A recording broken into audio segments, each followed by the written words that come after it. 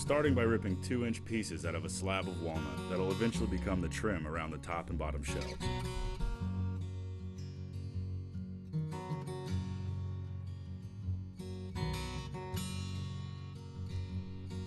Next, I use our table saw to create a rabbet joint in these pieces. This is done by making a cut in one side of the board and then turning it 90 degrees and making a cut in the other side.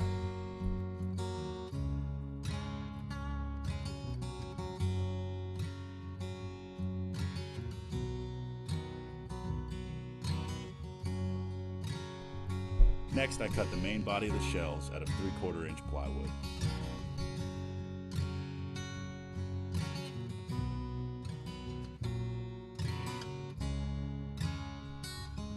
Using a chop saw, I begin to cut the 45-degree miters that the trim pieces need in order to fit around the body of the shelf.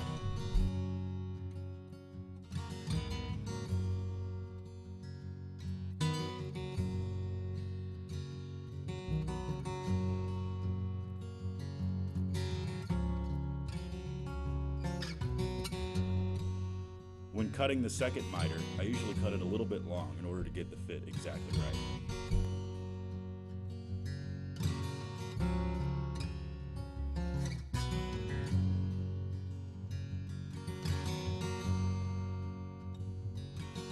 Sometimes there's a little leftover material.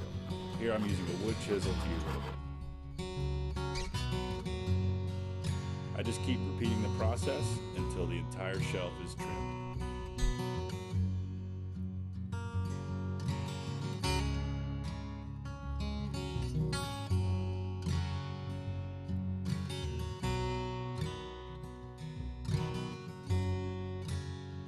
Here I'm using the drops from when I cut the trim for the top shelf to cut the trim for the bottom shelf.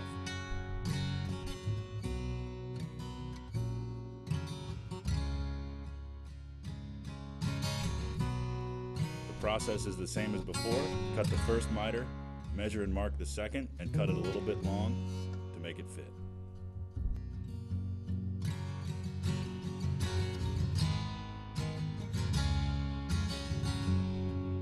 Once both the top and bottom shelf have been glued and nailed together, I use an orbital sander to smooth out the joints and the rest of the surfaces.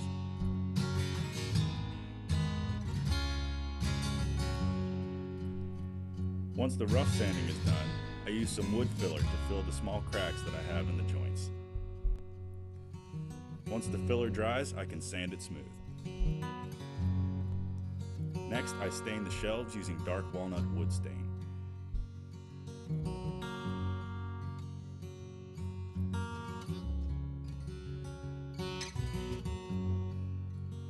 I then carry the shelves over to our paint area and coat them with a satin poly finish from General Finishes. We made the legs next door in our metal shop. Here they're getting sprayed a satin black.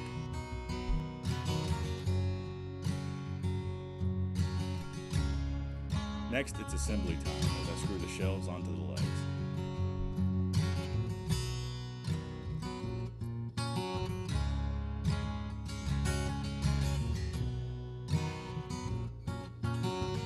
We had a piece of glass cut at Roanoke Glass, and it drops right at the top.